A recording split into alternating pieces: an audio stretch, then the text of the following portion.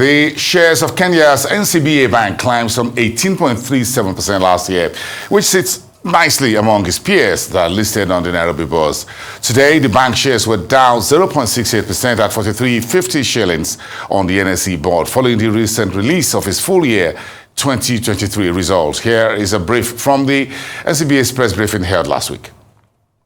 2023, there'll be even an element in our provisioning book just as a result of that currency depreciation, right? Because if you have dollar-denominated facilities and you have shilling collateral, what happens is you end up having a mismatch even if you are well covered and you have to provision. So part of the banking provisions, actually a significant component of it was due to that FX element. So if that holds, and I think that's why there's that conversation around if the macros hold, then you should be able to eliminate that element of provisioning, for example, right? I think secondly is there is in our provisioning number, there's an element of our digital business as well in their digital impairments. Now, you cannot look at digital impairments the way you would look at a normal banking operation. 930 billion of credit extension.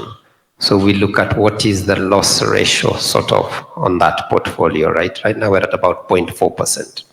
Okay, we've had some very good and stable sort of outcomes on that digital extension. And I think from what we see going into 2024 is that this should hold, right, into 24. So I think the 13% ratio is informed by that. And lastly, that when we look at our stock of NPLs, there's a lot of remediation going on.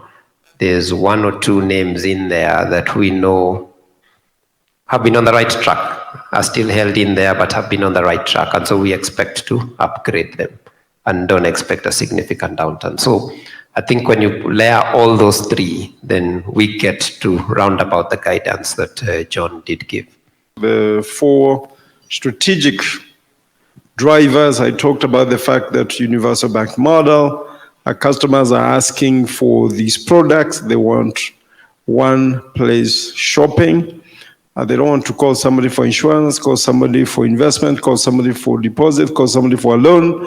They want to talk to the same person who understands their full financial need.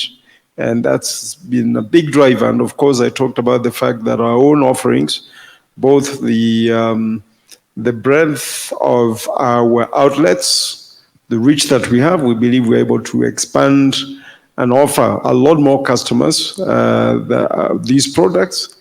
I talked about our asset finance business, our corporate business, being the biggest consumers of insurance products. And the last point I believe I made was the fact that using digital, we can indeed expand our offering to include a lot more people than we have today that are benefiting from insurance products. So those are the reasons I gave as to why we went into AIG. I do not want to disclose how much we are paying for it. We will be disclosing that very soon, but our agreement with AIG is that we do not disclose that until the deal is done. So I'll not be able to disclose that, unfortunately. Turning to our balance sheet, yes, indeed, good observation that in our balance sheet at the end of the year, there's a line there called due to central bank, which shows an amount of 19 billion shillings. Let me start by saying this, that I think you all know and have heard that there has been a dearth of liquidity in the industry, and indeed in Kenya, which is part of the reason interest rates have been going up, deposit rates have been going up, because there has been a dearth of liquidity. And because of that, central bank does provide liquidity to the banking sector whenever the banking sector needs it. And so what you see, and not just our results, I think you can check across the industry, is most banks do avail themselves of the what you call the repo window available at the central bank. Yeah, In the repo window, you're usually given money for 7 days, I believe, for 7 days typically, and you repay it. So depending on when you do the cutoff for reporting your balance sheet, you may have gotten some liquidity from the central bank.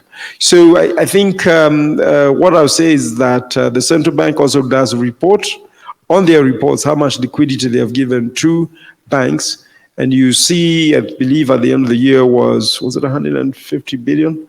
Was a significant amount that was given to banks at the end of the year. So just to say that we availed ourselves to the repo window, and this is regular banking activity. It's not unique for that day. It's something that all banks do on a daily, regular basis.